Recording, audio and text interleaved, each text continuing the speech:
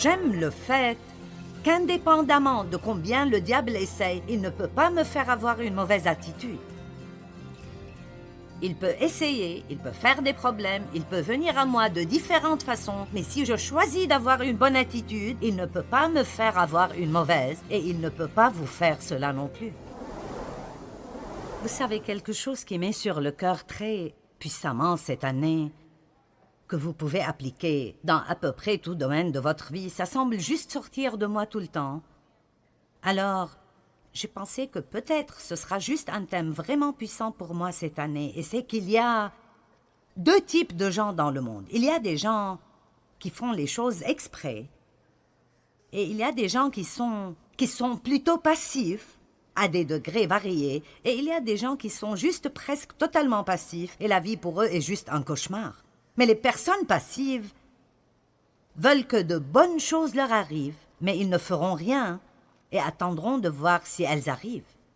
Elles ne font pas nécessairement ce qu'elles doivent faire pour que ça arrive. Elles souhaitent. J'aurais aimé avoir ceci ou avoir cela.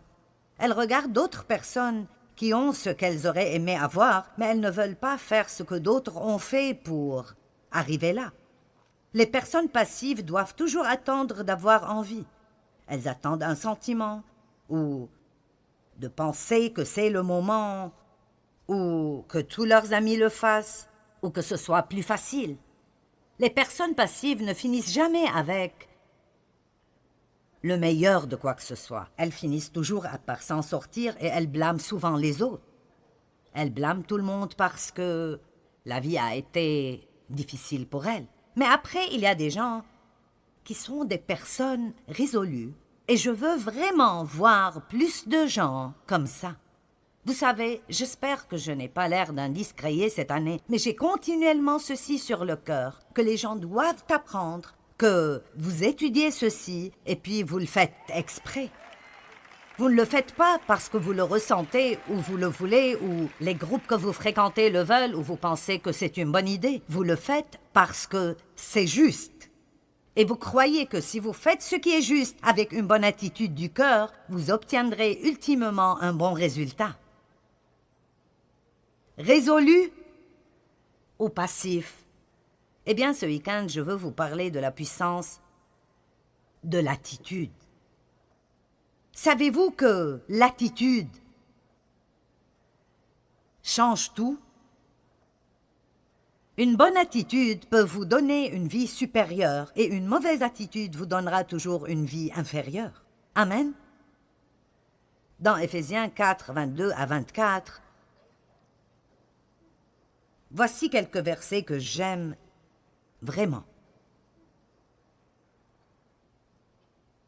Le verset 22 dit « Débarrassez-vous de votre ancienne manière de vivre, débarrassez-vous de votre nature ancienne non renouvelée, celle de l'homme que vous étiez autrefois et qui se corrompait en suivant des désirs trompeurs qui proviennent de la délusion. » Donc il dit « Arrêtez d'agir comme vous agissiez avant d'être sauvés. » Vous savez que même si nous sommes sauvés et nous avons une nouvelle nature, nous pouvons aller prendre cette vieille nature de l'armoire et nous en vêtir si c'est ce que nous voulons faire.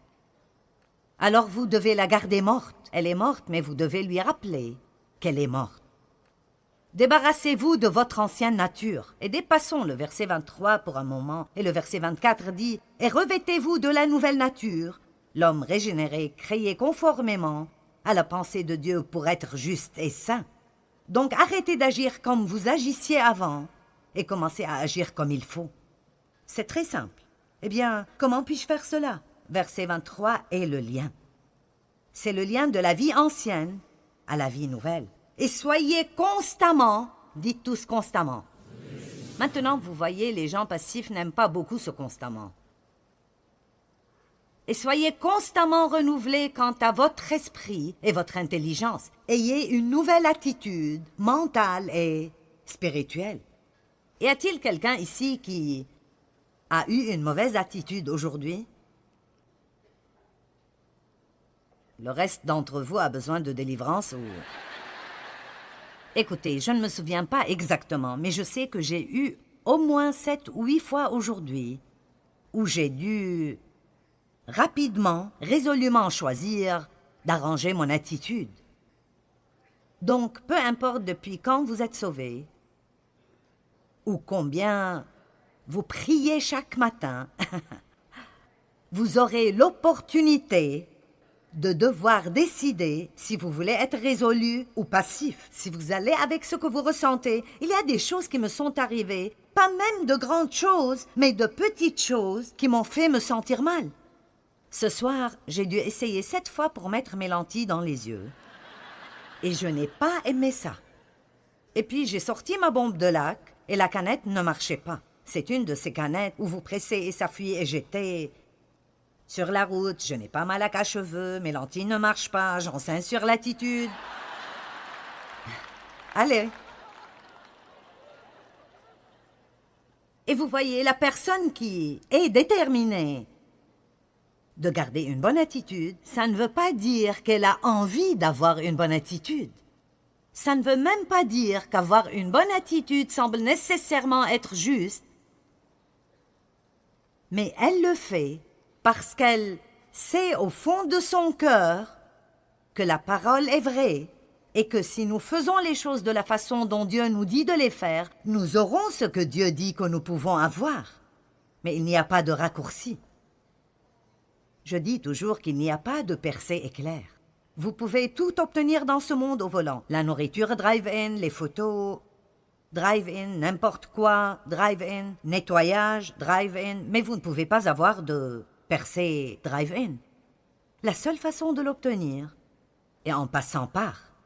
Il n'y a pas de maturité spirituelle éclair. Ça vient par le long chemin. Nous voyageons très souvent et j'ai découvert ceci à propos des avions et je trouve que c'est intéressant. L'avion a un instrument appelé l'indicateur d'assiette. J'aurais pensé qu'il y aurait un indicateur d'altitude, mais c'est un indicateur d'assiette et il montre la position de l'avion par rapport à l'horizon. L'horizon représente la normale ou la moyenne. Quand l'avion monte, il est dit qu'il a l'assiette encabrée. Quand il plonge, il est dit qu'il descend en piqué. Donc, si l'horizon représente une vie normale et moyenne, si nous maintenons une attitude avec le nez haussé, nous grimperons toujours dans la vie. Mais si nous avons une attitude avec le nez baissé, alors nous aurons toujours un peu moins que la moyenne, un peu moins que le meilleur que nous aurions pu avoir et que ce que nous voulons. Je vous dis la vérité, je ne pense pas avec toutes les prédications que nous avons écoutées à propos de choses comme ça, que nous comprenons la puissance de notre attitude. Ce qu'elle peut faire pour nous si elle est bonne et ce qu'elle peut nous faire si elle est mauvaise. Je pense beaucoup à Joseph parce que il est passé par des choses vraiment difficiles et injustes et pourtant il paraissait simplement avoir une attitude géniale. Je veux dire, il commence parce qu'il a un rêve, ses frères le vendent comme esclave et il est jeté dans une fosse. Mais des années plus tard, même après 13 ans passés en prison pour quelque chose qu'il n'a pas fait, et après être passé par plusieurs différentes situations où il a été traité vraiment mal, et ce n'était pas une seule situation, mais plusieurs situations où il a été maltraité. Avez-vous déjà été dans des situations où vous avez été traité mal et injustement? Amen. Et pourtant, il finit dans le palais. Et je pense que parfois, j'aurais aimé que la Genèse dise plus à propos de combien c'était difficile pour lui. Elle ne dit pas beaucoup. Et si vous le prenez comme il est, il semble qu'il était juste, naturellement, aussi content. Un homme merveilleux pour qui tout était facile. C'était facile pour lui d'avoir une bonne attitude. Mais il y a un verset dans le psaume 105 qui nous donne un indice, qui montre que c'était peut-être un peu plus difficile que ça paraissait, et c'est le psaume 105, 17 et 18. Psaume 105, 17 et 18. Il envoya devant eux un homme, Joseph, vendu comme esclave. Maintenant, écoutez. On chargea ses pieds de chaînes, son cou d'un carcan de fer. Son âme entra dans les fers. Maintenant, certains de vous ne comprennent probablement pas cela. Mais si vous êtes passé par là, alors vous comprenez cela. Parce que ce qui est dit est que ce qui l'a traversé l'a blessé si profondément qu'il n'avait vraiment aucune façon d'en parler.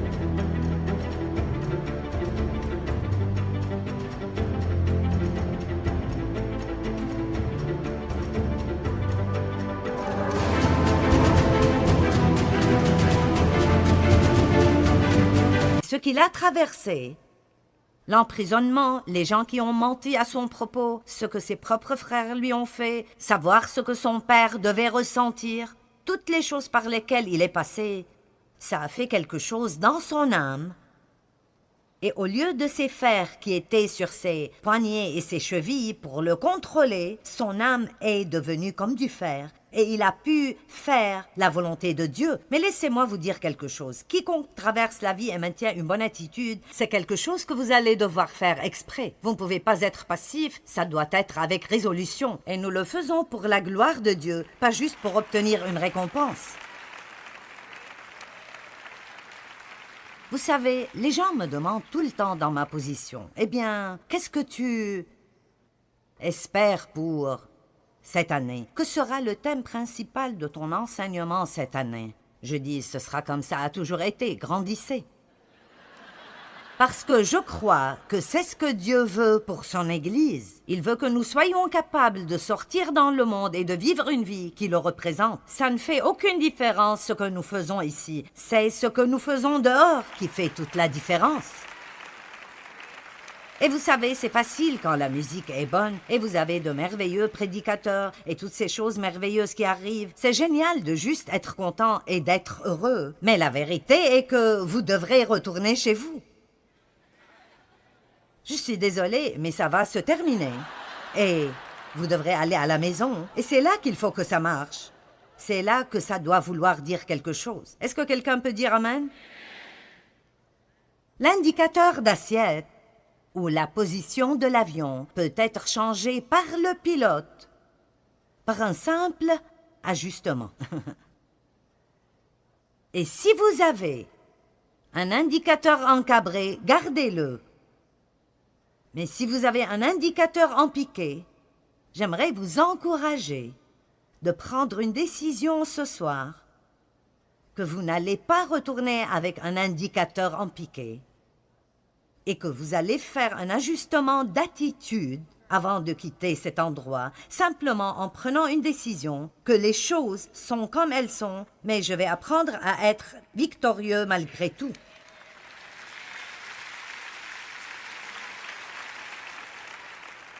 J'aime le fait que Dieu nous a donné le choix libre. J'aime le fait qu'indépendamment de combien le diable essaie, il ne peut pas me faire avoir une mauvaise attitude. Il peut essayer, il peut faire des problèmes, il peut venir à moi de différentes façons, mais si je choisis d'avoir une bonne attitude, il ne peut pas me faire avoir une mauvaise, et il ne peut pas vous faire cela non plus. Amen. Et bien sûr, il doit y avoir des gens qui pensent « Eh bien oui, c'est facile pour toi de le dire, tu ne sais pas par quoi je passe. » Eh bien, je ne sais pas par quoi vous passez, mais je sais qu'il y a probablement plus de gens ici ce soir qui passent par des moments très difficiles que ceux qui disent que tout va pour le mieux. Je connais les choses que j'ai traversées dans le passé et je me sens comme Joseph. Ça fait tellement mal que mon âme a été mise au fer. Et ça a fait de moi une femme de Dieu, puissante, en commençant par avoir été abusée sexuellement par mon père quand j'étais enfant. Et je regarde vers toutes ces choses maintenant, et ces choses que je voyais comme mes ennemis sont devenues mes meilleurs amis, parce que les choses par lesquelles Dieu m'a fait passer ont fait de moi ce que je suis aujourd'hui, et elles m'ont rendu capable d'aider plus de gens.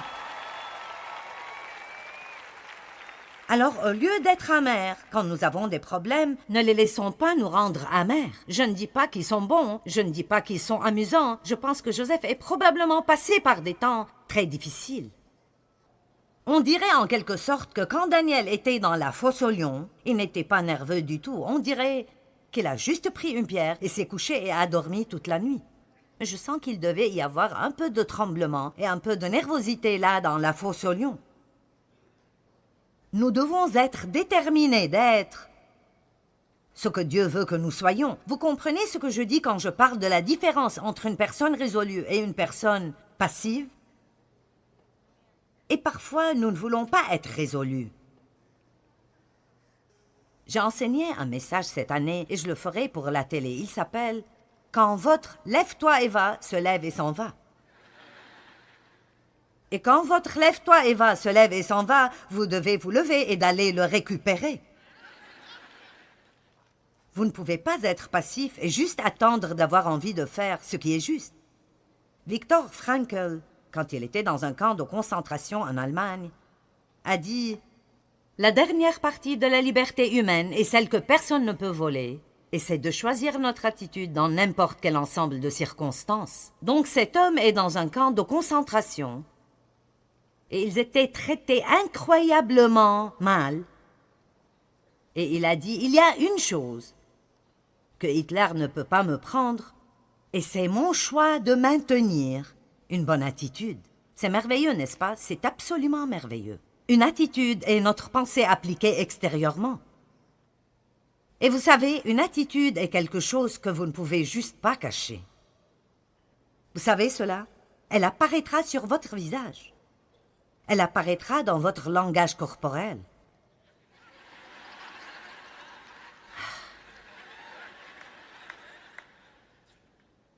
Une attitude, si vous pensez que quelque chose que quelqu'un vient de faire ou de dire est stupide, si vous n'ouvrez pas la bouche, voici ce qu'on fait.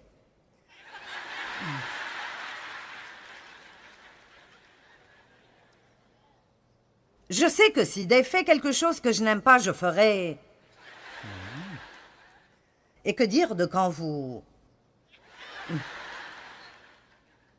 Donc, quand l'attitude y est, elle apparaîtra sur votre visage, dans votre langage corporel. Même si nous disons les bonnes paroles, le ton de la voix sera faux. Je me souviens de quand Dieu me parlait beaucoup à propos d'être une épouse soumise, et comme c'était difficile pour moi.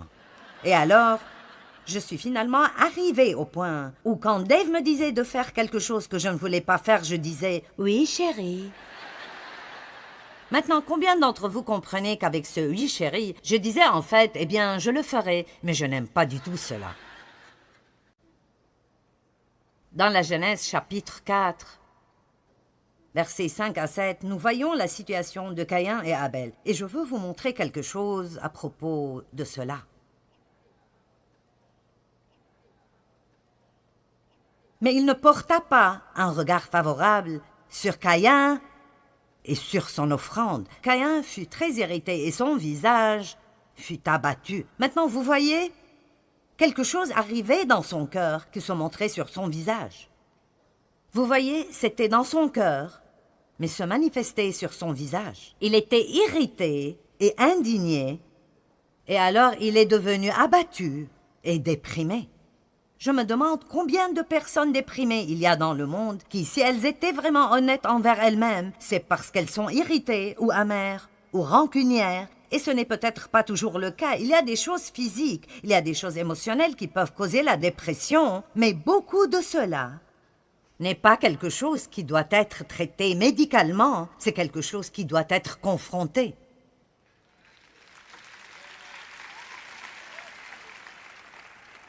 Pas tout cela, hein, mais beaucoup de cela. Caïn fut très irrité et son visage fut abattu. Et l'Éternel dit à Caïn, « Pourquoi es-tu irrité et pourquoi ton visage est-il abattu et renfrogné ?» Maintenant le verset 7, « Certainement si tu agis bien, tu relèveras ton visage. Et si tu agis mal, le péché se couche à la porte et ses désirs se portent vers toi. Mais maintenant regardez ceci, mais toi domine sur lui. » Alors c'est la responsabilité de qui de dominer sur la tentation, de dominer sur le péché? C'est la nôtre, mais pas sans l'aide de Dieu. Vous voyez, le fait est que Dieu nous a équipés pour faire ce qui est juste. Dites, je peux faire ce qui est juste. Dites-le comme si vous le croyez. La vérité est qu'en tant qu'humains, nous ne voulons pas vraiment faire face à cela parce que nous voulons penser que nous ne pouvons rien y faire.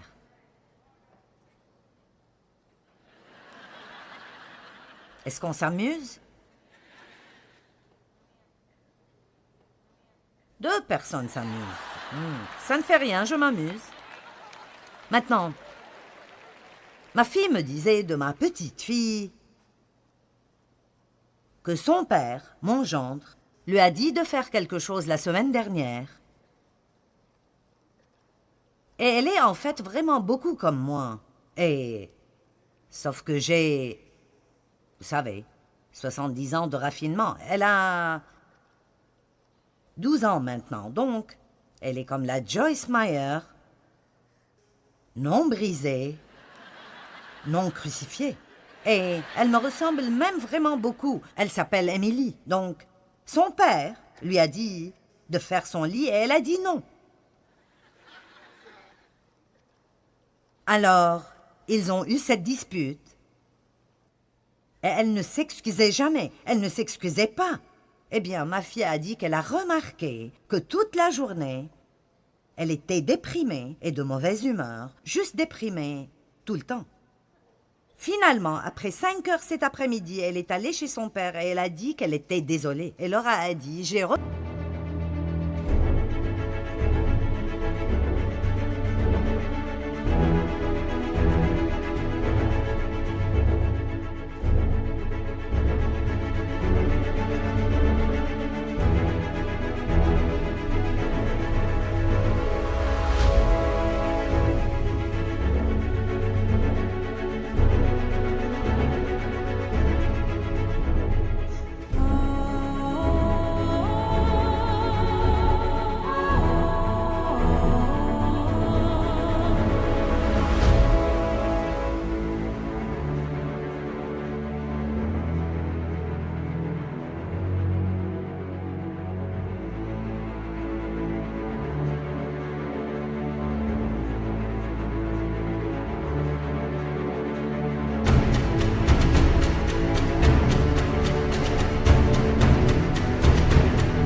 qu'immédiatement, toute son humeur a changé et elle est devenue heureuse de nouveau.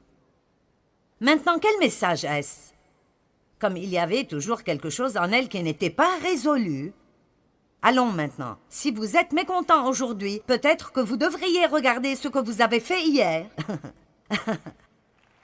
et dont vous ne vous êtes pas occupé.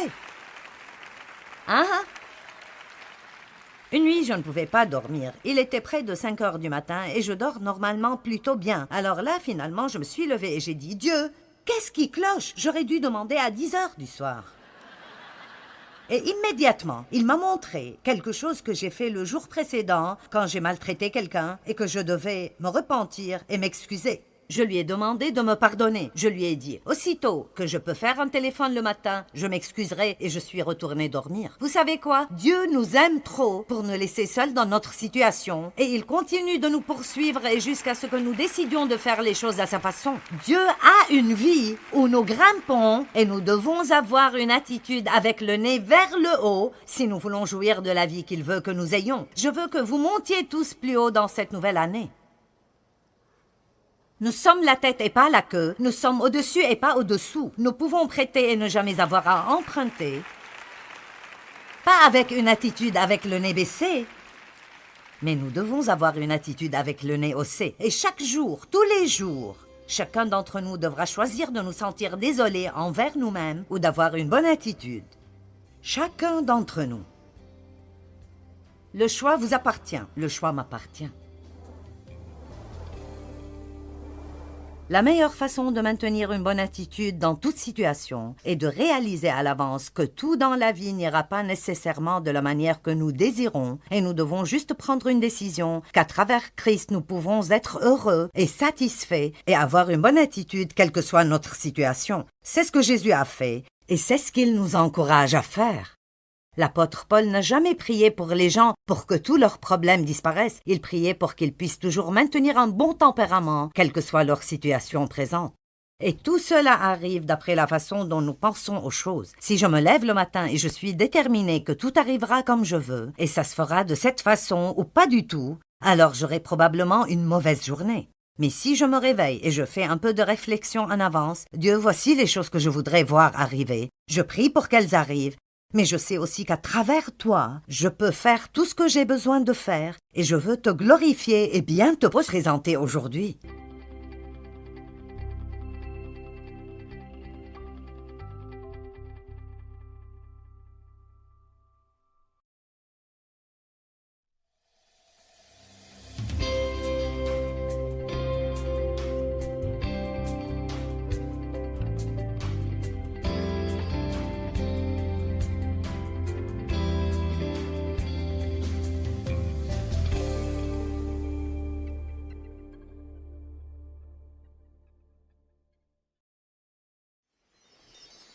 Pour me saisir, ne ratez pas ce que Dieu a de meilleur pour vous, à cause d'un manque de détermination.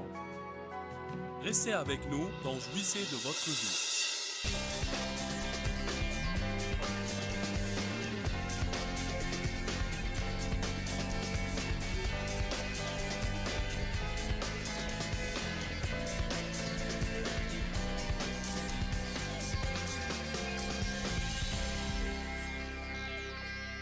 Pendant le temps qui me reste ce matin, je vais vous parler de « Est-ce que vous servez le Dieu de la Bible ou le Dieu de vos sentiments ?»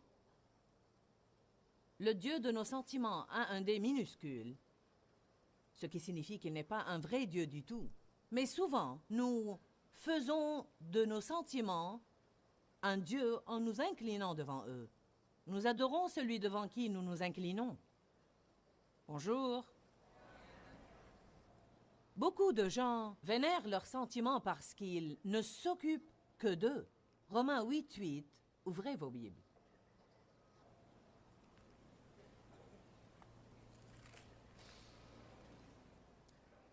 La Bible amplifiée utilise généralement le mot pourvoir. Ce mot n'existe pas dans les autres traductions, mais il m'apprend quelque chose parce que nous aimons tous qu'on s'occupe de nous. Nous aimons avoir quelqu'un qui s'occupe de nous. Combien de vous aimeraient avoir une bonne ou une assistante personnelle, privée, qui répond à vos moindres besoins? Ouh, alléluia! Combien de vous aiment s'asseoir dans un agréable restaurant où vous dites « Je veux un café, je veux de l'eau, apportez-moi un citron. Je veux de la moutarde, je veux du ketchup. Mon plat n'est pas assez chaud, je veux une autre serviette. » C'est vraiment drôle d'aller dans ces restaurants où vous avez 3, 4, 5 serveurs qui sont là pour satisfaire vos besoins à tout bout de champ. Mais savez-vous quoi? Plus vous avez de services et plus vous allez payer.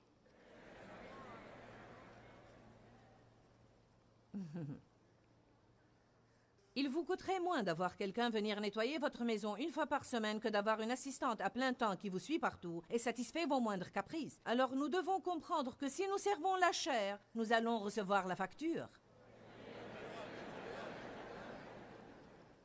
Le service est drôle, mais le jour de paye va venir. Romains 8:8. Or, ceux qui vivent selon la chair, qui en servent les appétits et les impulsions, nous avons déjà enseigné sur les dangers des impulsions. Servir les appétits et les impulsions de la nature charnelle ne saurait satisfaire ou plaire à Dieu ou lui être acceptable. Cela ne signifie pas que Dieu ne vous aime pas. Cela signifie en fait que Dieu est mécontent de votre comportement. Il est mécontent car lorsque nous nous comportons de cette façon, nous gâchons notre témoignage et il ne peut pas se servir de nous pour amener les autres au royaume. Cela signifie aussi que Dieu a un bon plan pour notre vie. Il a envoyé Jésus pour mourir pour nous, pour que ce plan devienne notre héritage sûr. Et si nous ne devenons pas des personnes adultes, nous n'aurons jamais tout ce que Dieu est mort pour nous donner. Il se peut qu'il y ait des personnes charnelles qui vont au ciel, mais elles ne vont pas jouir du voyage. J'aime ce que l'apôtre Paul a dit. « Je suis déterminé à saisir cette chose pour laquelle Jésus-Christ est mort pour me saisir. » Je vais le répéter. Paul a dit « Je suis déterminé. » Nous devons tous être déterminés. La détermination dépasse de loin les sentiments. La détermination fait le bien si elle en a envie ou non. Je suis déterminé à saisir cette chose pour laquelle Jésus-Christ est mort pour me saisir. Ne ratez pas ce que Dieu a de meilleur pour vous à cause d'un manque de détermination. Nous avons fait le mal pour longtemps pour aboutir à notre pagaille et nous devons faire le bien pour longtemps pour en sortir. Ce n'est pas bien de passer toute une vie à prendre des décisions stupides et ensuite se fâcher de Dieu et vouloir jeter l'éponge si tout ne s'arrange pas dans les 30 jours qui suivent notre régénération. Bonjour. Du temps. De la patience. Nous héritons les promesses de Dieu non seulement par la foi, mais par la foi et la patience. La patience n'est pas uniquement l'attente, c'est apprendre à bien agir tout en attendant. Parlons aujourd'hui de quelques domaines où nos sentiments semblent nous gouverner. Combien d'entre vous éprouvent un sentiment de culpabilité et de condamnation? D'accord. C'est probablement 80% des mains, et les autres 20% sont probablement trop fatigués pour lever les leurs. Je suis sûre qu'il y a des gens ici qui ont une révélation sûre qu'il n'y a aucune condamnation pour ceux qui sont en Jésus, et donc vous ne l'acceptez pas.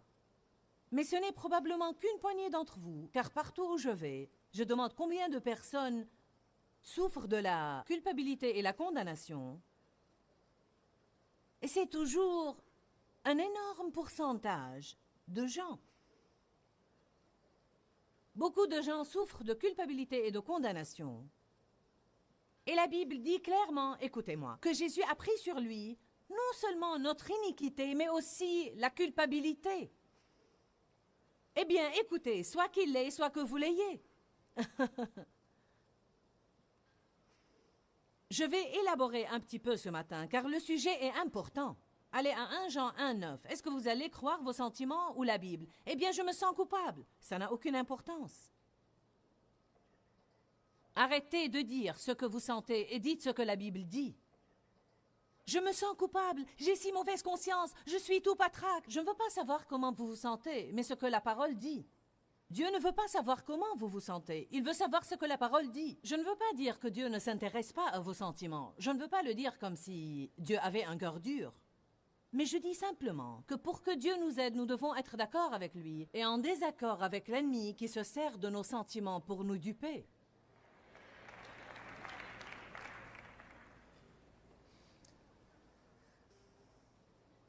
« 1 Jean 1,9 Si nous reconnaissons volontiers que nous avons péché et que nous confessons nos péchés, il est fidèle et juste pour nous pardonner nos péchés et pour nous purifier continuellement de toute iniquité. » Donc, qu'est-ce que je vais comprendre de ça? Vous dites, je me sens coupable. À propos de quoi? J'ai fait ça et ça de mauvais. L'as-tu confessé à Dieu? Oui. As-tu demandé à Dieu de te pardonner? Oui. Es-tu repentant? As-tu un esprit qui ne veut pas le répéter de nouveau? Oui. Mais je sens.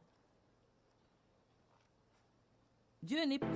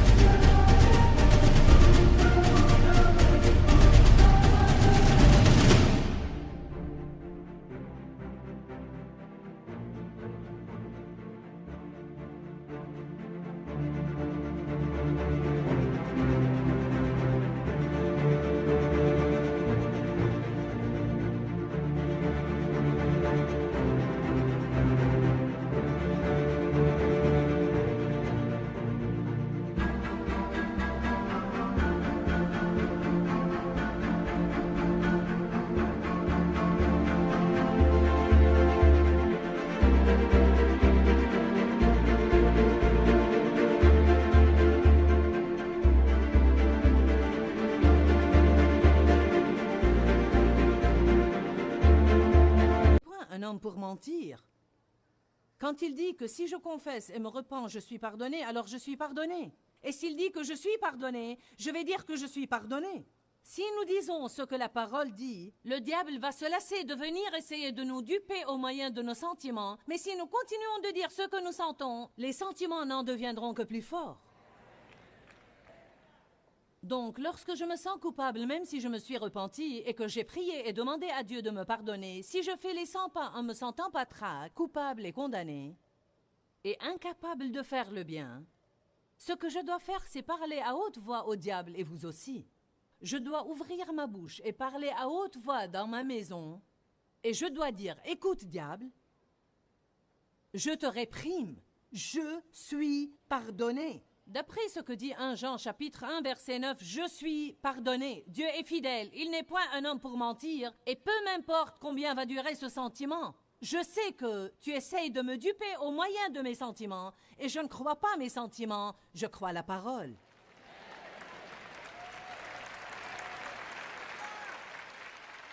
Beaucoup de chrétiens passent toute une vie et ne connaissent pas une chose pareille. Je suis allée à l'église littéralement pour des années et je n'ai jamais appris une chose pareille. Nous devons dire ce que Dieu dit.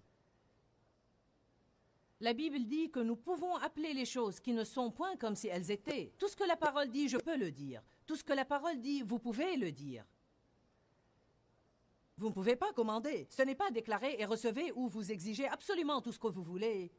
Car vous êtes charnel et vous voulez recevoir. Je n'enseigne pas ça, mais je dis que ce que la parole dit de vous, vous pouvez le dire de vous. Ce que la parole dit de votre passé, vous pouvez le dire de votre passé. Il est sous le sang. Ce que la parole dit de votre futur, vous pouvez le dire de votre futur. Si vous ne dites pas ce que la parole dit, vous n'allez jamais avoir tout ce que Dieu veut bien vous donner. 1 Jean 2:1. Petits enfants, je vous écris ces choses afin que vous ne transgressiez pas la loi de Dieu et que vous ne péchiez pas. Mais si quelqu'un a péché, nous avons un avocat, un qui va intercéder pour nous auprès du Père, Jésus-Christ le tout vertueux, le droit et juste, qui s'est déjà conformé à la volonté du Père dans chaque but, pensée et action. Savez-vous ce que j'en déduis? Levez-vous chaque jour, faites de votre mieux et Dieu fera le reste. C'est vraiment ce que ce passage dit. Il dit « Je t'ai couvert ». Si ton cœur est droit, quand tu fais une erreur, repens-toi, confesse, libère-toi de la condamnation et avance. Je t'ai écrit tout le livre pour que tu ne pêches point. Ceci doit être ton but, ne pas pécher. Mais si quelqu'un a péché, il a un avocat, Jésus-Christ le tout vertueux, le droit, le juste, qui a déjà payé pour ses péchés et ceux du monde entier, et nous pouvons venir à lui parce qu'il intercède pour nous.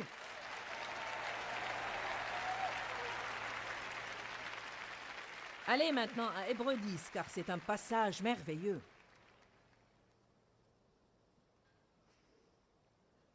Lorsque nous nous sentons coupables, nous essayons de payer. Nous sacrifions notre joie. Nous sacrifions notre paix.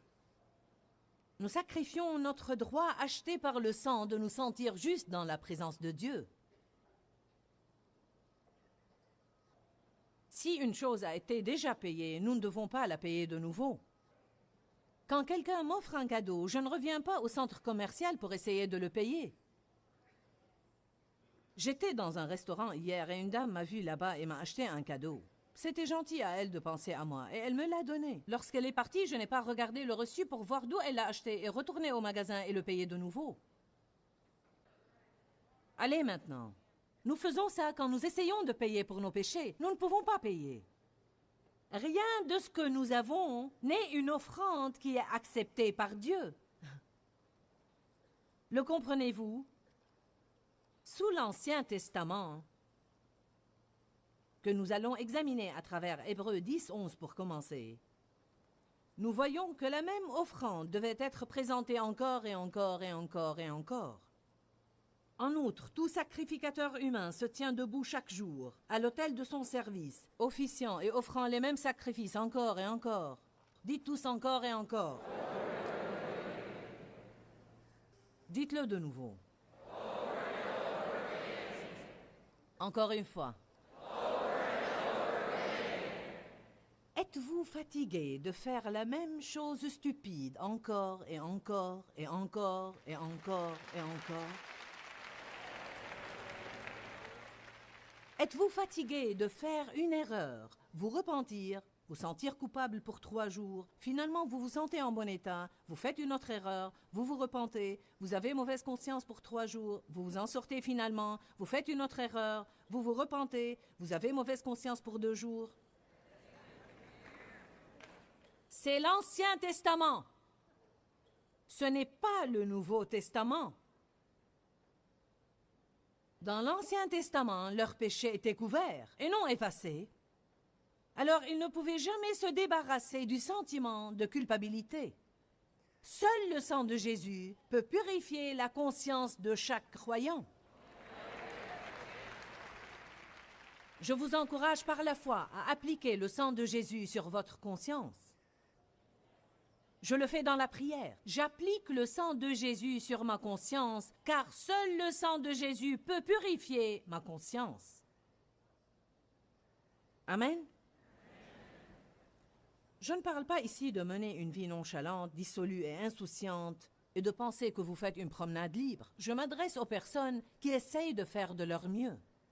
Je m'adresse aux personnes qui aiment Dieu, aux personnes qui sont des personnes selon son cœur, qui se lèvent chaque matin et veulent faire le bien, mais vous êtes des êtres humains et vous faites des erreurs. Ne vous sentez pas condamné. En outre, tout sacrificateur humain se tient debout chaque jour à l'autel de son service, officiant et offrant les mêmes sacrifices encore et encore. Y aurait-il une fin à ça un jour? Jamais sous ce système-là. Qui ne peuvent jamais ôter les péchés, qui nous enveloppent de tous côtés et les supprimer.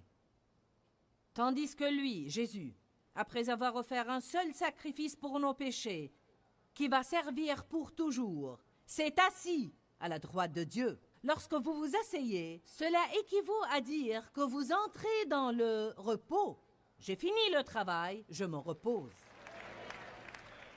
Après que Jésus ait payé pour nos péchés, après avoir été en enfer et enlevé les clés de l'enfer à Satan, après être remonté au ciel, la Bible dit qu'il s'est assis à la droite de Dieu, attendant désormais que ses derniers ennemis soient placés comme un escabeau sous ses pieds. Et Éphésiens dit que nous sommes assis dans les lieux célestes en Jésus-Christ. Il s'est assis, nous demeurons en lui, alors nous sommes assis. Pas debout pour courir et essayer de nous occuper de nos problèmes tout le temps. Nous disons, je suis assis dans les lieux célestes en Jésus et j'attends, Dieu, que tu places mes ennemis comme un escabeau sous mes pieds.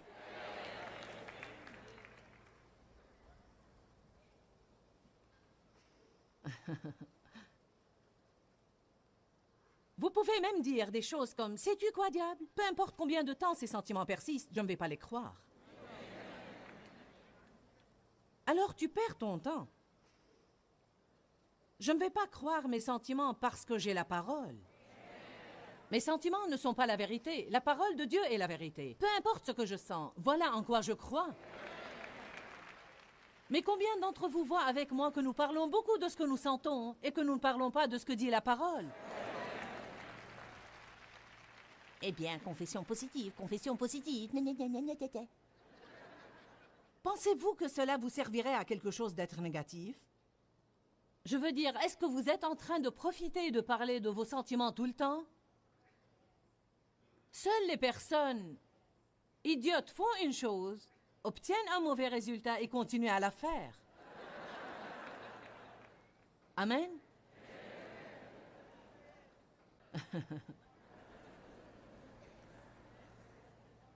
Verset 14. Non, verset 13. Attendant désormais que ses ennemis soient devenus son marchepied, par une seule offrande. Comprenez ça. Il a pour toujours complètement purifié et amené à la perfection ceux qui sont sanctifiés et rendus saints. Pour toujours, complètement, pour toujours, complètement. Un seul et unique sacrifice qui restera effectif pour toujours. Pas besoin de l'offrir encore et encore. Alors, chaque fois que je fais une erreur, je reviens à ce même sacrifice qui restera effectif pour toujours. C'est la bonne nouvelle de la Bible.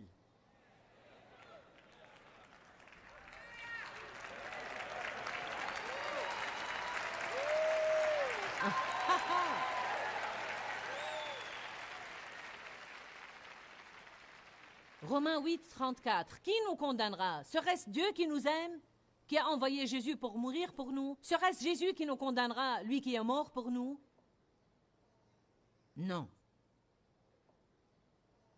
Ne laissez rien vous séparer de l'amour de Dieu. Il n'y a donc maintenant aucune condamnation pour ceux qui sont en Jésus-Christ, qui ne vont pas après la chair mais après l'esprit. Et aller après la chair ou après l'esprit ne veut absolument pas dire pécher ou ne pas pécher. Je crois qu'il parle de comment vous traitez votre...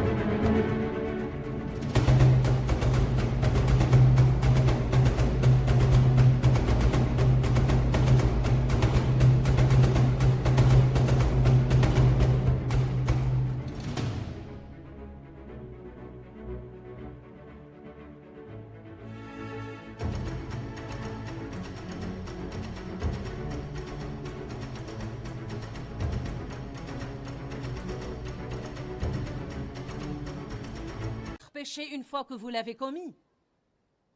Une fois que vous commettez une erreur, marchez-vous selon la chair pour l'arranger ou marchez-vous selon l'esprit pour trouver une solution?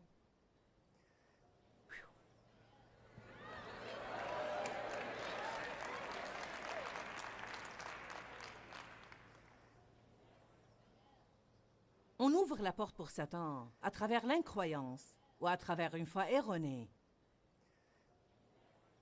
Mais notre système de foi détermine le niveau de notre joie et de notre paix.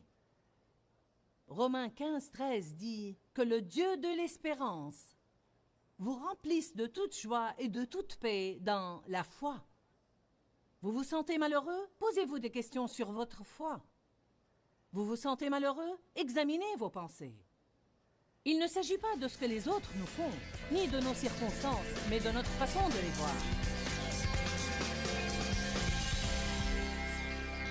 Nous avons parlé aujourd'hui de sentiments inconstants, et inconstant veut en fait dire une fois dans un sens et une fois dans un autre sens, et vous ne pouvez jamais vous décider comment vous allez être. Nos sentiments sont comme ça, ils sont toujours changeants. Vous ne pouvez pas vous fier à vos sentiments, vous devez vous fier à Dieu. Ne vous fiez pas à vos sentiments, fiez-vous à la parole de Dieu. Ne servez pas vos sentiments, vous devez servir Dieu. Vous savez, quels que soient vos sentiments, nous ne pouvons pas compter sur ces sentiments. Nous devons compter sur la parole de Dieu et nous y conformer.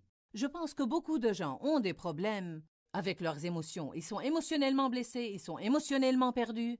Quelqu'un les a blessés, ils suivent leurs sentiments. C'est pourquoi nous enseignons sur ce sujet et nous émettons cette série de programmes sur les émotions, car je crois que c'est vraiment une importante partie de notre vie. Avoir des problèmes émotionnels nous gâche vraiment la vie et nous avons besoin de guérir sur ce plan. Je vous dis tout le temps, Jésus peut vous guérir quelles que soient vos blessures. Non seulement il s'intéresse à votre esprit, mais il veut vous voir intact sur tous les plans. Nous voulons que les gens se portent bien physiquement, émotionnellement, mentalement, spirituellement, financièrement et socialement. Jésus peut vous guérir là où vous souffrez. Alors restez dans la parole, car il y a la vie dans la parole. Que Dieu vous bénisse. Pourquoi, Seigneur, pourquoi? Dans ce livret, Joyce Meyer nous enseigne à travers la parole comment être délivré de la confusion.